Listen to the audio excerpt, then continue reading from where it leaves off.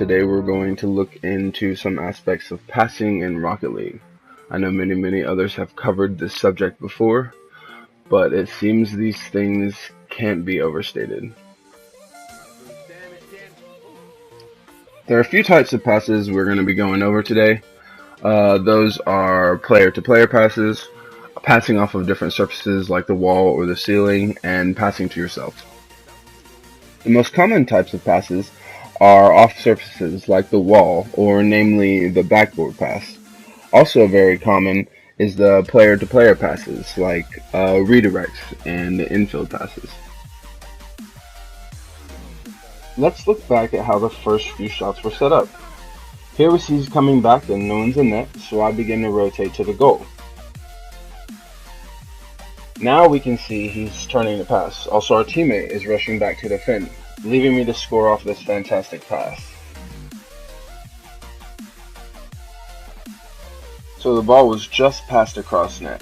Again we had the net covered and he was ready to pass after he saw both opponents scrambling, sending a powerful pass up mid, begging to be redirected. As you could tell, positioning and awareness are key components to passing. Trusting your teammates is also important. How do you know if your squad can do this if you never give them the chance? Fortunately, passing isn't terribly hard to incorporate into your playstyle.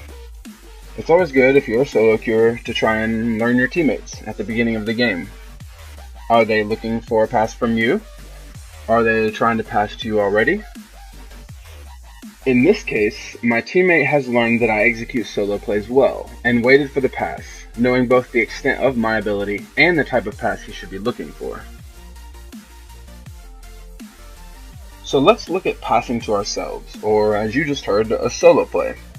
They're pretty difficult to do in a manner that is more effective than a normal player-to-player or off-surface pass. But Rocket League rewards quick thinking, and so sometimes they can be very advantageous. In this case, I make the shot, but again we see a knowledgeable teammate passing off the wall and positioning himself downward to rush our goal and defend. Here I start to rotate back, anticipating his catch, but he gets a weak hit and I get a good pass. You can see off to the right that my teammate was coming up. You are really adopted.